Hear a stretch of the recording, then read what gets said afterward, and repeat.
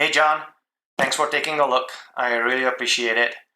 As promised, here's a quick video about what I'm working on. I'm looking for honest feedback on it. What's useful in your world versus what's fantasy.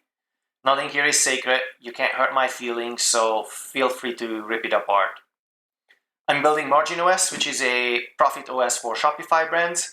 Goal is to show founders and CFOs defensible unit economics per SKU per channel without living in 20 spreadsheets. Current focus is getting DTC right. Once that backbone is solid and the data model is working, I can move on to other areas like marketplaces like Amazon, and then maybe later on wholesale, etc.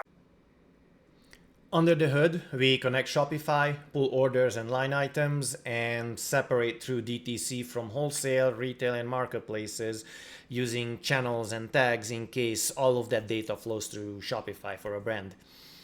Then if you connect ad platforms like Google or Meta Ads, we can layer in acquisition. When you connect fulfillment systems, say ShipStation, or a warehouse management system like ShipBob or Logiva, or you can just email invoices and purchase orders into your account. We parse those documents, fetch the data, and then layer in the fulfillment costs.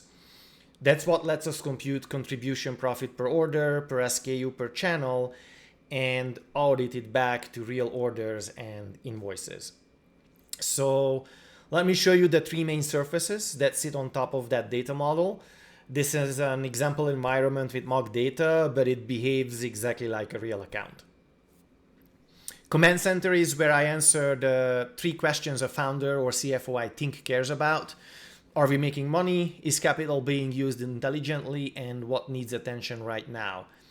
Up here in the performance snapshot, the question is, over the last X days, are we actually generating profit after discounts, refunds, and fulfillment, or are we just moving revenue? Right below the customer economics answers, when we buy a new DTC customer, how much profit do we get back in 30 and 90 days, and how quickly do we recover that customer acquisition cost? This is the sanity check on whether current acquisition spend makes economic sense. Then down here, cash and inventory health shifts to capital. How long is cash tied up from inventory purchase to collection? How much stock is effectively dead? And where are we with real stock out risks? So you see where margin is fine, but balance sheet risk is building maybe. And then at the bottom, these sections turn into to-do lists. Today's top moves highlights few things worth leaning into right now, while biggest risks flags the stuff that makes the numbers untrustworthy or kill margin.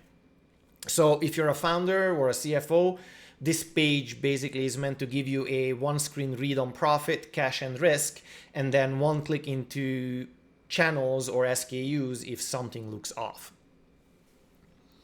Now, Growth Engine is about capital allocation across channels.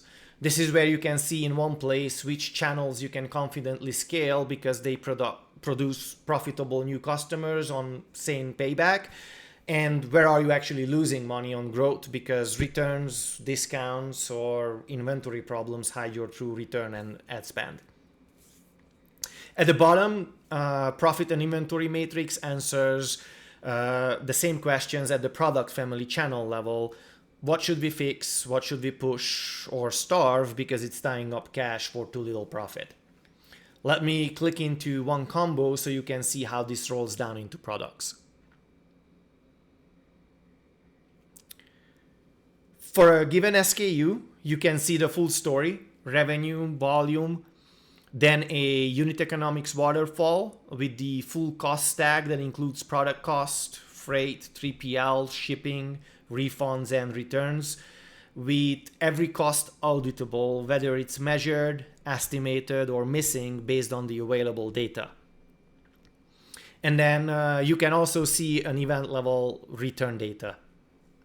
So if you don't like a margin number you saw in Command Center or Growth Engine, you can walk it all the way down to specific SKUs, orders, and even 3PL invoice lines and tell me where the logic breaks. This is the part I most want you to try to tear apart, please. There's also other modules I won't go into right now to keep this short.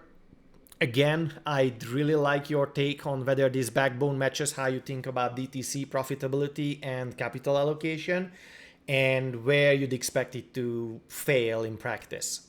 Thank you so much.